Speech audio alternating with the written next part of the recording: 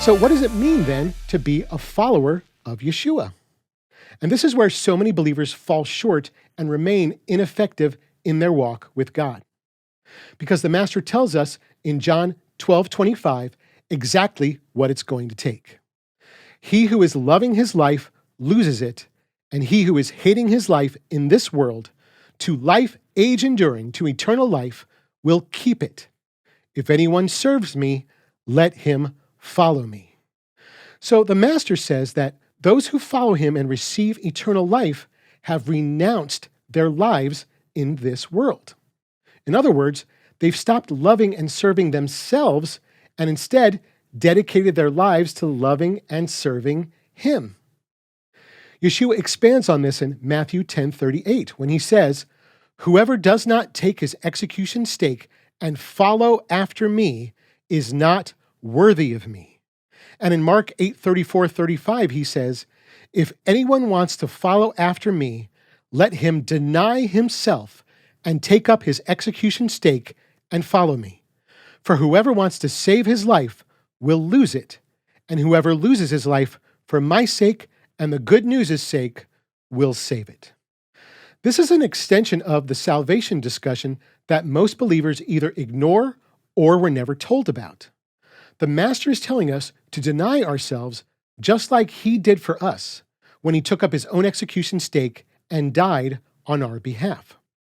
And very vividly, it's in emulation of this self-sacrificial act that he says, "Follow me." He says that if we want to save our lives, then we need to lose them and follow him. We need to die to ourselves, our wants, our preferences, and priorities, and live instead for his sake and for the sake of the good news. But this life of intense self-denial becomes even more so because it's tied not only to our ability to be a true believer and follower of Messiah, but to be a real disciple, one who learns from and actually applies the teachings of his Master.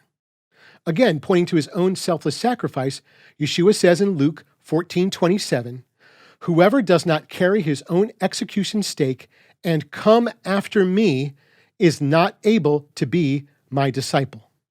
In verse 26, he says, "If anyone comes to me and does not hate his own father and mother and wife and children and brothers and sisters, and yet even his own life, he is not able to be my disciple." And in verse 33, he says again, "Every one of you who does not give up everything that he himself has is not able to be my disciple." Now, this is not usually part of the pitch when we're sharing the good news, which is probably the reason why there are so many passive believers out there with few followers and real disciples. This isn't the kind of thing that most people are willing to sign up for unless they could be made to understand the depth of their current need without Yeshua and the height of their potential gain with him.